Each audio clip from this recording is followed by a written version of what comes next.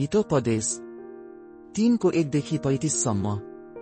हे मेरा छोरा, मेरो अर्थीलाई नबिर्स, तर तिम्रो हृदयले मेरा आज्ञाहरू पालन गरोस्, किनभने तिनीहरूले तिमीलाई लामो आयु, जीवनका वर्षहरू र शान्ति थपिदिनेछन्।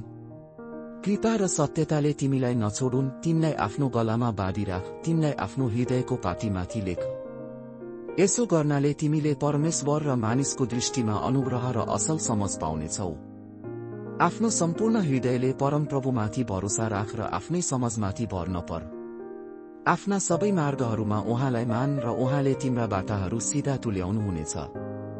आफ्नै दृष्टिमा बुद्धिमान नहौ, परमप्रभुको भय मान र खराबीबाट अलग हौ।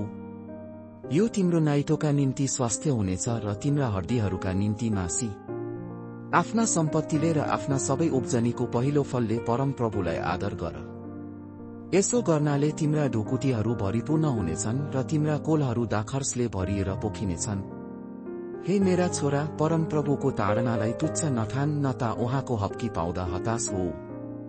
किनकि जसलाई परमप्रभुले प्रेम गर्नुहुन्छ उसलाई ताडना पनि दिनुहुन्छ, जुन व्यवहार बाबुले आफूले माया गरेको छोरासित गर्दछन्।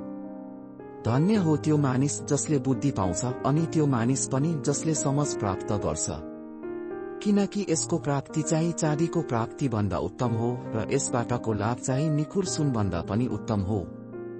बुद्धि लालमणिहरू भन्दा पनि बहुमूल्य हुन्छ र तिमीले चाह गरेका जम्मै थोकहरू यसको तुलनामा आउन सक्दैनन्। लामो आयु यसको दाहिने हातमा छ र यसको देब्रे हातमा धन सम्पत्ति र सम्मान छन्। यसका मार्गहरू मनोहर छन् र यसका सबै बाटाहरू शान्ति हुन्। जसले यसलाई पक्रन्छन् तिनीहरूका निम्ति यो जीवनको रुख हो, अनि जसले यसलाई आफूसित सम्हालिराख्छन् तिनीहरू धन्यका हुन्। बुद्धिद्वारा परमप्रभुले पृथ्वीको जग हाल्नु भएको छ, समझद्वारा उहाँले आकाश स्थापित गर्नुभएको छ।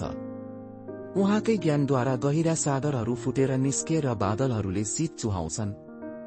हे मेरा छोरा, तिम्रा आँखाबाट तिमीलाई हट्न नदेऊ, खाँटी बुद्धि र विवेक जोगाइराख।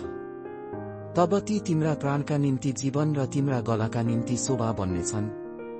तब तिमी आफ्नो मार्गमा सुरक्षा साथ हिँड्नेछौ र तिम्रो पाउले ठेस खाने छैन। जब तिमी सुत्छौ तब तिमीलाई डर लाग्ने छैन, तिमी सुत्नेछौ र तिम्रो निद्रा मिठो हुनेछ। अचानक परिआउने भयदेखि नडराऊ, न त दुष्टहरूमाथि विनाश आइपर्दा त्यसदेखि डराऊ। किनकि परमप्रभु तिम्रा सहारा हुनुहुनेछ र उहाँले तिम्रा पाउ फस्नदेखि जोगाउनुहुनेछ। जसको भलाइ गर्नुपर्छ सो गर्ने शक्ति तिम्रो हातमा छ भने तिनीहरूको भलाइ गर्नदेखि पछि नहट। तिमीसँग छ भने आफ्नो छिमेकीलाई जाऊ, पछि फेरि आऊ र भोलि म दिउला नभन। तिम्रो छिमेकी तिमीसँग ढुक्कै बस्छ भने त्यसको विरोधमा खराब युक्ति नरस। यदि कसैले तिम्रो खराबी गरेको छैन भने त्यस मानिससँग कारणै बिना झगडा नगर। अत्याचारीलाई डाहा नगर र त्यसका चालहरूमध्ये एउटैलाई पनि नअपनाऊ। किनकि टेढा मानिस परमप्रभुको निम्ति घृणित हुन्छ, तर उहाँको भेट धर्मी जनहरूसँग हुन्छ। दुष्टको घरमाथि परमप्रभुको श्राप आइपर्छ, तर धर्मी जनको वासस्थानलाई उहाँले आशिष दिनुहुन्छ। निश्चय नै उहाँले गिल्ला गर्नेहरूलाई गिल्ला गर्नुहुन्छ, तर नम्रहरूलाई उहाँले अनुग्रह दिनुहुन्छ। बुद्धिमानहरू महिमाका हकदार बन्नेछन्, तर शर्म चाहिँ मूर्खहरूको तरफ के हुनेछ।